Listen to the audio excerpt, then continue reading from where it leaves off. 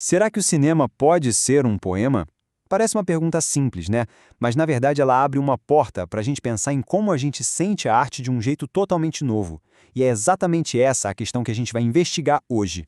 Para pensar um pouco, o que será que acontece quando a gente desacelera o nosso olhar para um filme? Quando, em vez de só acompanhar a história, a gente para sentir mesmo, sabe? Sentir as imagens, os sons, o ritmo. E se um filme fosse muito mais que uma história? E se ele virasse uma experiência? E para guiar a gente nessa jornada, vamos mergulhar na análise que a Karina Almeida faz no capítulo 19 do livro Diálogos entre Literatura e Cinema. Ela pega um clássico, o filme Ensina-me a Viver, para mostrar exatamente isso. Como o cinema, lá na sua essência, pode funcionar como um poema. Bora descobrir como ela faz isso? Bom, para começar, a gente precisa entender uma coisa. Mesmo o cinema mais poético do mundo tem um pezinho lá na arte de contar histórias. E essa base, olha só, vem lá da Grécia Antiga com Aristóteles e duas ideias que são chave para tudo. O primeiro conceito é o de mimesis. E não é só sobre imitar a realidade, tá? A ideia é pegar uma história bem específica, a de um personagem, por exemplo, e através dela conseguir mostrar verdades e sentimentos que são universais. Coisas que todo mundo, de alguma forma, reconhece. E essa mímese, essa representação, leva a gente para outra ideia, a catarse. Catarse é aquela, sabe, aquela transformação que acontece dentro da gente enquanto a gente assiste. É quando a jornada do personagem mexe com a gente, purifica, emociona e, no fim das contas, abre a nossa cabeça para novas maneiras de ver o mundo, de viver a vida. E no filme Ensina-me a Viver, isso é claríssimo com o Harold. Ele começa com aquela obsessão toda pela morte, mas aí o encontro com a Maud muda tudo. E a gente, acompanhando essa jornada, também passa por essa catarse. A gente sai do filme com um olhar diferente sobre a vida. Ok, mas poesia no cinema não é só a história, né? Então, vamos fazer o seguinte, vamos mudar a nossa lente agora. E se a gente olhasse para a experiência de estar ali, diante da tela? Aquela coisa direta, sensorial. É exatamente aí que entra a tal da fenomenologia. O filósofo Heidegger, por exemplo, dizia uma coisa incrível, que a poesia não é só um tipo de texto, é um jeito fundamental de habitar o mundo. O que isso quer dizer? É estar presente, sabe? Estar atento, aberto para o que está em volta. E o cinema poético faz justamente esse convite para a gente. Pegando esse gancho, o Merleau-Ponty traz uma ideia fascinante.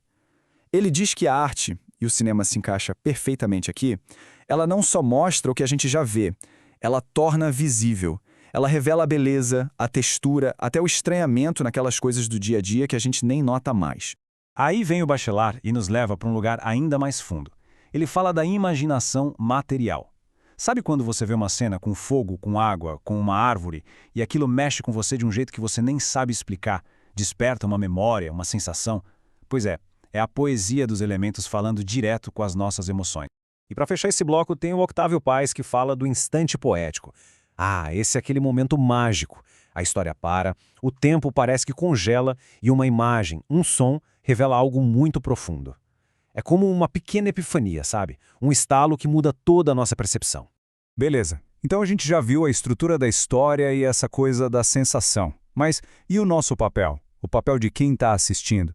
Pois é, agora a gente vai ver como cada pessoa que assiste um filme participa ativamente da construção desse poema. Olha só que interessante. Para pensadores como Christian Metz, o cinema é tipo uma linguagem mesmo, com regras próprias, com signos. E Humberto Eco vem e complementa com a ideia de obra aberta. O que isso quer dizer na prática?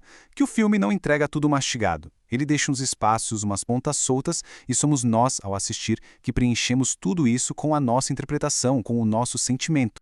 E para entender isso na prática, o Roland Barthes nos dá duas palavras-chave. A primeira é o studium. O estúdio é o nosso interesse mais geral, cultural, é quando a gente reconhece que Ensina-me a Viver é um clássico, é importante. Mas aí tem o punctum. O punctum é diferente, é aquele detalhe que te pega de jeito, que te fere o olhar. Pode ser um gesto, um olhar do personagem, um objeto no canto da tela que, sei lá por quê, cria uma conexão super pessoal e forte. E aí fica a reflexão, né? Para quem já assistiu ao filme, qual foi o seu punctum? Pensa aí.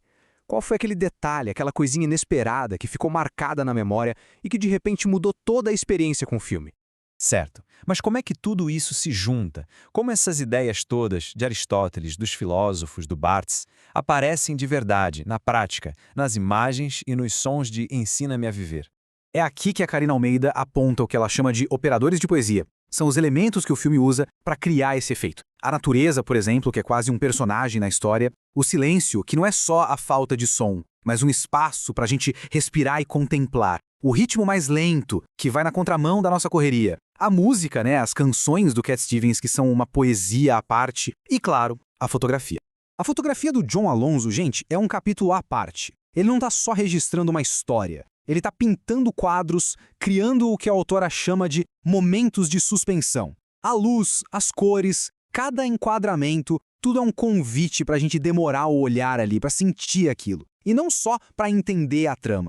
E tem um exemplo que é simplesmente perfeito para ilustrar isso. A cena da árvore. Aquela em que a Maud resgata uma arvorezinha e a transplanta. Aquela imagem, ela é um símbolo poderosíssimo da fragilidade da vida, do cuidado, da esperança. Para muita gente, essa cena é o punctum do filme. É um momento que consegue resumir toda a filosofia, toda a poesia do filme num único gesto. Bom, e com tudo isso, a gente chega a uma conclusão bem bonita. O que a gente aprende aqui? Que assistir a um filme de um jeito poético é, no fundo, adotar um novo jeito de olhar. Não só para a arte, mas para o mundo mesmo. O ponto central é exatamente este. E tem uma frase do capítulo que resume tudo de forma brilhante. O cinema é uma arte capaz de devolver ao olhar sua sensibilidade. Pensa só, num mundo tão acelerado, o cinema pode ser aquela pausa, aquele respiro, a chance de sentir as coisas de novo, com mais calma. Então, a grande lição que fica dessa análise é que a poesia não está só no filme. Ela acontece na relação entre o filme e quem assiste.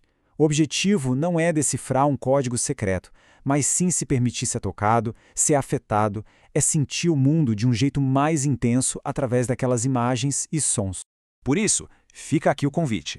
Pega um filme que você adora, pode ser o próprio Ensina-me a Viver, e tenta assistir de um jeito diferente. Deixa a trama um pouco de lado. Presta atenção na luz, nos silêncios, nos gestos pequenos. Assista de novo, só que dessa vez com um olhar mais lento. A experiência pode ser outra completamente nova.